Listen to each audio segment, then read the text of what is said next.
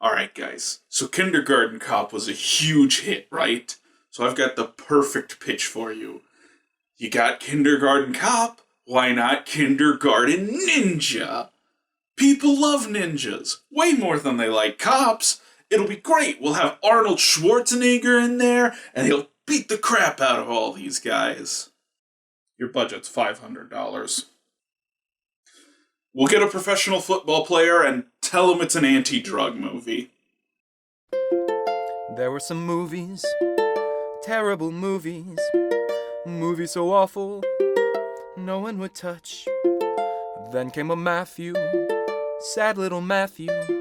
Matthew decided these movies to watch. For every good movie, there's at least 10 bad. Matthew gonna drag himself through the crap to find the worst ones there are to be had. Today's episode, Kindergarten Ninja. Hello, kindergartners. I am not a tumor, and today we're watching Kindergarten Ninja. That's all of the intro. We're watching Kindergarten Ninja. Kindergarten Ninja, or Kindergarten Hero as it was called in the UK, is the sole credit of director Anthony Chan and one of only a handful of movies written by George Chung, although he did write a Cynthia Rothrock movie. But much more interestingly, it is the sole acting credit of Dwight Clark, wide receiver for the San Francisco 49ers, who helped them win 2 Super Bowls. He retired from the NFL in 1987, and by 1994 he was doing this. Being an NFL player must be so weird. Like, you spend the better part of a decade, sometimes even a little more, doing this one thing that makes you rich and famous, and then you just can't do it anymore. What do? I guess you make Kindergarten Ninja. The film opens on the San Leandro chief of police warning us that the film was made with the theme of DARE, the anti-drug campaign started in the early 90s, which nearly all research indicates had little to no effect on the students who were exposed to it, and in 2001 was placed on an ineffective primary prevention program list by the Surgeon General of the United States. So that's a good start. Also, be real, what are the odds the filmmakers actually cared versus Dwight Clark would work cheaper if they told him it was for a good cause? And this cop is not even pretending he's not reading off a cue card. We salute the film's producers in their efforts to bring the DARE message into your home. Remember, by talking to your children... So the movie proper starts and we learn Dwight Clark is playing a pro football player who plays for the Gold Rushers. You know, because 49ers were a gold rush thing. My god, they did not even try hiding that this character is just Dwight Clark. Although they did differentiate them in one way, his character is named Blade Steel, the ultimate Marvel DC crossover. Like, are you kidding me? Blade Steel? That's the name of a pro wrestler, not a pro football player. Can we talk about this goddamn Full House music? We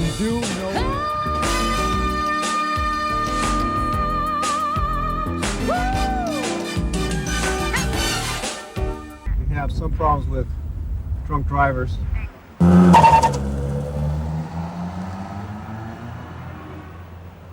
And in fact, looks like there goes one now. He made an illegal U-turn. That's not really evidence of drunk driving. Also, it's 4:15. How many drunk drivers are out at 4:15? Now that might sound hypocritical from notorious day drinker Matt, but I don't leave the house. Well, yeah, it seems like a good idea to stay inside while you're drunk. Yeah, when I'm drinking. Well, while you're at it, why don't you let me have the beers? Oh, you want a beer? We got beer. We got plenty of beer. We got some Corona back here. So Blade gets arrested for drunk driving, which, like, are you even allowed in the NFL without a drunk driving charge? It's no biggie. Also, is he handcuffed in court? Oh, wait. I guess they changed their mind about that one. I've seen many people in my day, good ones, bad ones, but I have never ever seen anyone with so much disrespect for the law. But he was drunk driving, which Okay, that's a shitty thing to do, but it is not someone with the most disrespect for the law. What about, like, gangsters, career criminals, murderers? You're a judge. You have to deal with harder criminals than this, right?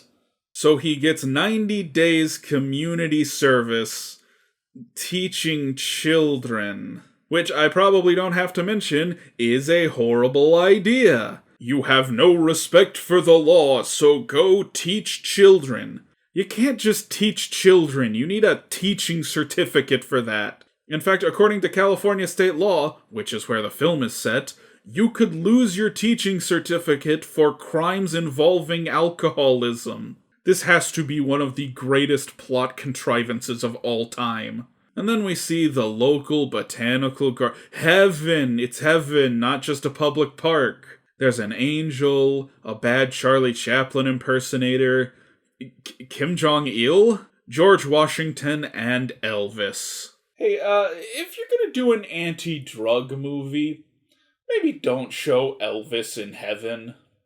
And they're friends with who else? Bruce Lee. Who do you think looks less like Bruce Lee, this guy or Bruce Leong? I guess this guy has the advantage of being rendered in VHS quality and facing away from the camera for 90% of the movie. Then again, he is the director. And God, I think, calls on Bruce Lee to help Blade, because Bruce wants to become an angel, and in order to become an angel, he has to do a miracle. So, yep, the lead character gets help from the ghost of Bruce Lee.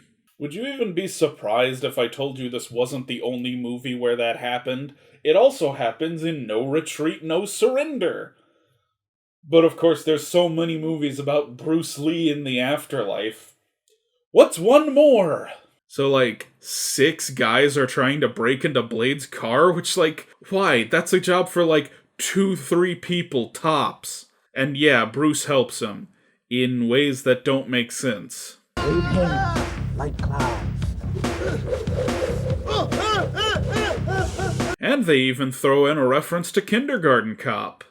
Hasta la vista, baby. I'm pretty sure that was Kindergarten Cop. Also, I guess he's just coaching, not teaching, but still, maybe an alcoholic would be better off in rehab or something, not dealing with children. He even gets to choose what he wants to coach. I'm Blade Steele, the football player. San Francisco Gold Rush. You guys are great. Not. I'm a Cowboys fan. You guys are losers. Best line in the movie. And wait, did he say the Cowboys? That's copyright trademarked. Jerry Jones is gonna sue your ass. Anyways, Blade is coaching PE for kindergartners and flirting with the teacher. You're very sweet and funny, but I'm afraid you're not my type. Well, what's your type? Could you play with us, Miss Thomas? About 3'7" and 6 years old. Miss, that is pedophilia. I'm gonna need you to step away from the children. Oh good, the cops are here. But not for Miss My Type is 6 years old, but for rampant gang violence in our white suburban elementary school. It's pretty roughed up. We think it's drug-related. It looks like a kid got pushed over on the playground, but apparently one of them had cocaine on him. You heard it here. The evil drug menace is in our elementary schools. Haha, he thinks he's in bed with a woman, but it's a man. That's the whole scene. Bruce isn't even there to tell him something. It just fades out after that joke. But then again, it does fade to the best scene of the movie. My dad told me why you're here. Why's that? You got arrested. You got arrested.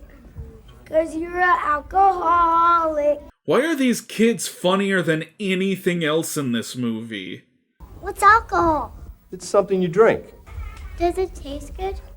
Well, not really. Does it make you feel good? Yes. Then Blade goes to a karate dojo at Bruce Lee's request. His name is Master Chosen One. No, it fucking isn't. Also, he's a blind kung fu master, so I'm just gonna pretend he's Zatoichi, and this is a sequel to The Dragon Lives Again. What brings you to my humble dojan? Well, I was wondering if we could just set a can of Coke in the middle of the table. Not really in a way that seems like we're gonna drink it. I'm sure a master of karate such as yourself drinks tons of Coca-Cola. And then this guy shows up and it just flashes bad guy at the bottom of the screen. Is this a joke? It's not funny if it is a joke. It'd be funny if he were doing something super obviously evil, like killing puppies or stealing candy from babies, so it'd already be obvious he was the bad guy, but he's just standing there. I don't know that he's the bad guy yet, except you just told me he was. It's not funny and it's not subtle. I mean, I guess he is selling drugs to elementary school kids. And is that Linkara in the background? And you hated children. Mm-hmm. You disrespect the law. And you drink too much alcohol. Hey, wait! I hate children. And I drink too much. And I don't respect the law. Is this movie insulting me? Training montage. Moving on. All right, everybody. All right, hold it down. Now, what do you guys want to do today? Let's play Street Fighter 2. Yeah, that's cool.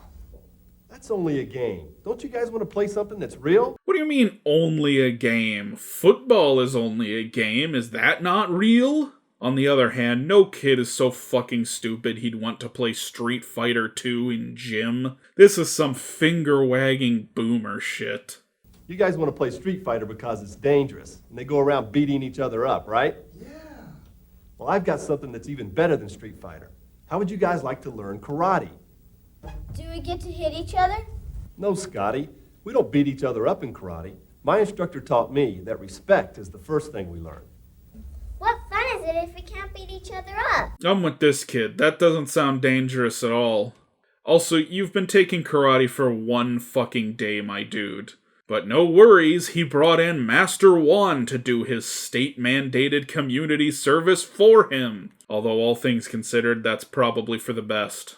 Still, it seems against Zatochi's better interest to give away free karate lessons. Maybe Blade's paying him. And Blade gets in a fight with some of the drug-dealing kids. Also, apparently the kids are taking a fake drug called Buzz, 'cause nothing teaches kids about the dangers of drugs like making shit up. I mean, they make up shit anyways, but at least they make it up about real drugs. A football player. A football player took you guys out? Yeah, man. Football players are kind of known for being big and muscular. Their job is knocking people over. It's not weird or embarrassing to lose a fight to a football player. Is it me, or are all these scenes really short? Like, it's not weird to have a couple quick scenes, but at this point there's been like 3 that have lasted more than a minute. Zatochi shows up at Blade's house just in time to have a fight with some drug dealer men. Have these drug dealers never heard of guns? You don't have to fight a football player and a karate master hand to hand. You can just shoot them. Which is probably why a film endorsed by police should probably not be encouraging people to fight drug dealers by themselves. Oh, but if you wanted some longer scenes, here's another training montage. And apparently the drug dealer bad guy is named Machete. So now I can't stop thinking about how much cooler Blade versus Machete would be than this movie. This drug ring started in Vegas. Wait a minute, Vegas? That's where Daddy Derek lives. With all of his 420 awards. Are you free tonight? Sure, of course I am. I love this scene. He looks over to the girl and she just shrugs like she's giving him permission. Then Machete introduces everyone to these weird football pad wearing ninjas. I guess that makes them the titular kindergarten ninjas since Blade was learning karate. I haven't talked much about the cops because they haven't really done anything, but my god, the head of this investigation is the worst actor in the world. No, we're having a little party. Is there a law against that? No, no law at all. But if I find any dirt on you, I'll come down so hard on you, you'll never get up. Also, Blade takes his date to Dwight Clark's restaurant, which was probably the other way they got him to agree to this movie. And he does karaoke as he beats up incoming thugs, even when he's blatantly not singing.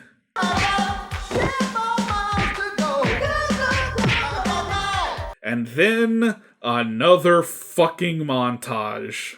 But tragically, it's Blade's last day with the kids, so they all give him farewell presents. And with Blade gone, the drug dealers have free reign, so we get a montage of them taking over the school.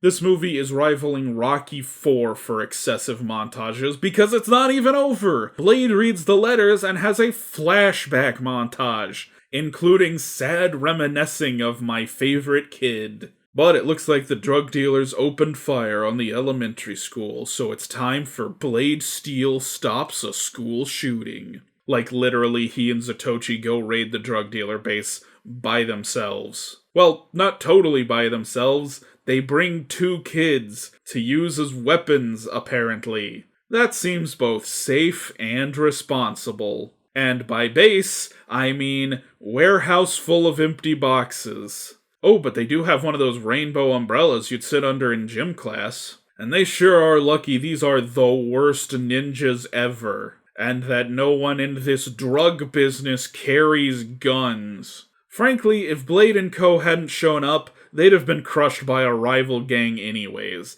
This is a moot victory. So, after his gang is defeated, you'll never guess what Machete's punishment is. Teaching children. And as stupid as that is, it's not even the note I can let this movie go out on. They've got title cards telling us what happened to each character. Blade becomes a crime fighter, which they treat as sequel bait. Not on your life. His love interest moves to Jamaica, and Bruce Lee becomes an angel. Oh, did you forget Bruce Lee's ghost was in this movie? He sure played an important role. And that's Kindergarten Ninja.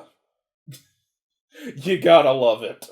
There are an unreasonable number of montages dragging this film, kicking and screaming to full length. But if you can get over how excruciatingly dragged out the plot is, it's really funny. The acting is hilarious, the dialogue is delirious, the plot is absolute nonsense. It starts on a faulty premise and only gets worse. It's quite the accomplishment that the Bruce Lee ghost stuff manages to feel out of place in a movie that already feels really disconnected.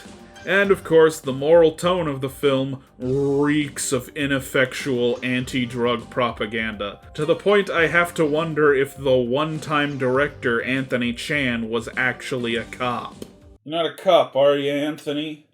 'Cause you gotta tell me if you're a cop. Anyways, if you want more Bruce Lee ghost silliness, there's always The Dragon Lives Again. And until next time, remember, kids, drugs are bad, but sobriety's worse.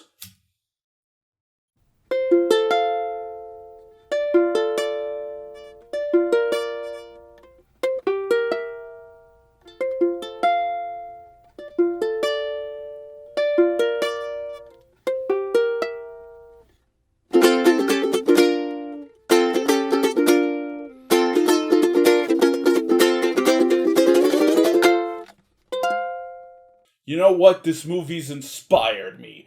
I'm gonna go fight the cartel with my bare hands.